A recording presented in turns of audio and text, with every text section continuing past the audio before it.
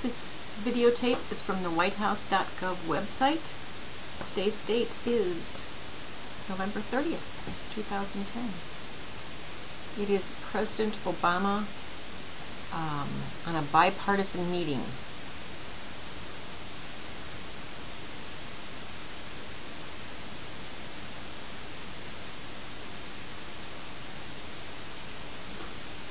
Hello, everybody.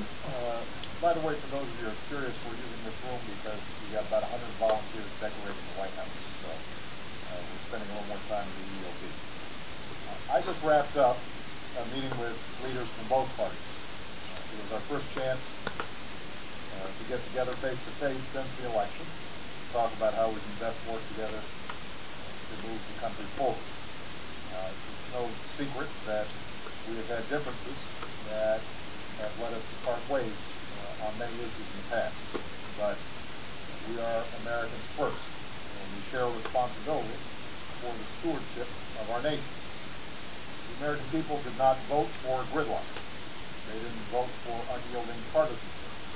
They're demanding cooperation, and they're demanding progress. And they'll hold all of us, and I mean all of us, accountable for it. And I was very encouraged by the fact that there was broad recognition of that fact in the room. I just want to say I thought it was a productive meeting. I thought that people came to it with a spirit of trying to work together, and I think it's a good start as we move forward. I think everybody understands that the American people want us to focus on their jobs, not ours.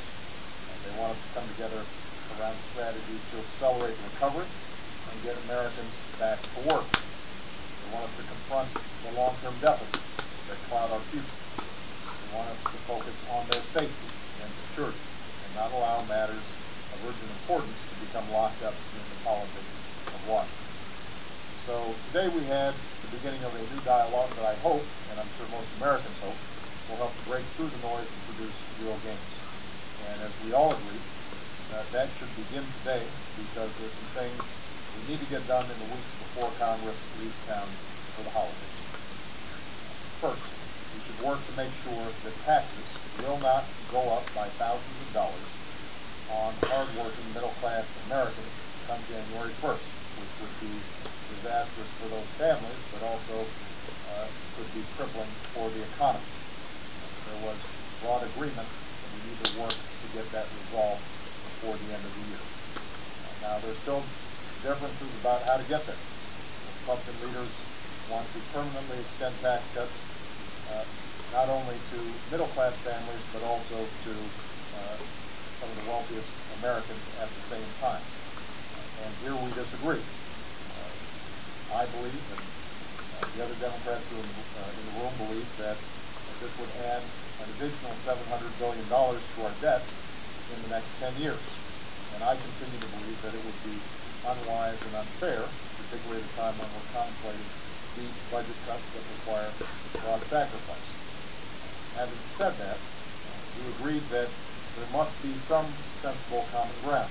So I appointed my Treasury Secretary, Tim Geithner, and my Budget Director, Jack Lew, to work with representatives of both parties to break through this logjam. I've asked the leaders to appoint members to help in this negotiation process. They agreed to do that. That process is beginning right away, and we expect to get some answers back over the next couple of days about how we can accomplish our key goal, which is to make sure the economy continues to grow and we're putting people back to work. And we also want to make sure that we're giving the middle class the peace of mind of knowing that their taxes will not be raised come January 1st. I also urge both parties to move quickly to preserve a number of other tax breaks for individuals and businesses that are helping our recovery right now and that are set to expire at the end of the year. This includes a tax credit for college tuition, a tax credit for 95%, a tax break for 95% of working families that I initiated at the beginning of my presidency, as well as a tax cut worth thousands of dollars for businesses that hire unemployed workers. We discussed a number of other issues as well, including the importance of ratifying the New START treaty, so we can monitor Russia's nuclear arsenal, reduce our nuclear weapons, and strengthen our relationship with Russia. I reminded the room that this treaty has been vetted for 7 months now. It's gone through 18 hearings. It has support from senators of both parties.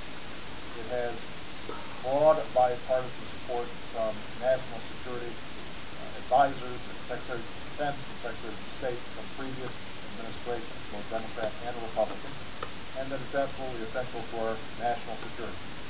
We need to get it done.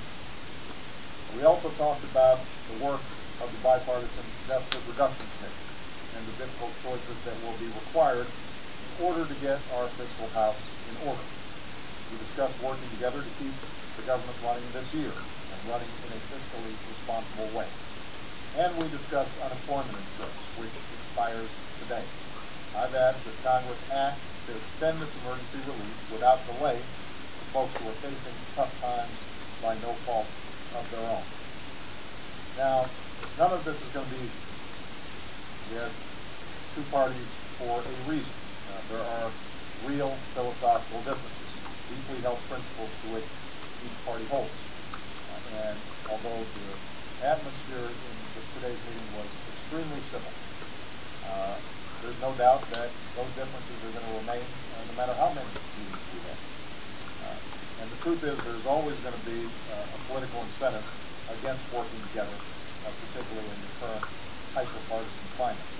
There are always those who argue that the best strategy is simply to try to defeat your opposition instead of working with them. And frankly, even the notion of bipartisanship itself has gotten caught up in this mentality. A lot of times coming out of these meetings, both sides claim they want to work together, but try to paint the opponent as unyielding and unwilling to cooperate.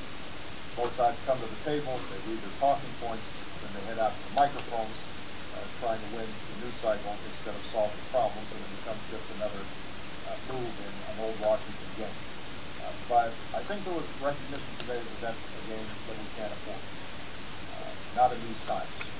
In a private meeting that I had without staff, without betraying any confidences, I was pleased to see several of my friends in the room say, let's try not to duplicate that. Let's not try to work the Washington spin cycle to suggest that somehow the other side's not being cooperative. I think that there was a sincere effort on the part of everybody involved to actually commit to work together and to try to deal with these problems. They understand that these aren't times for us to be playing games. As I told the leaders at the beginning of the meeting, the next election is 2 years away, and there will be plenty of time for campaigning. But right now we're facing some very serious challenges. We share an obligation to meet them, and that will require choosing the best of our ideas over the worst of our politics. So that's the spirit in which I invited both parties here today. I'm happy with how the meeting went, and I've told all the leadership that I look forward to holding additional meetings, including at Camp David.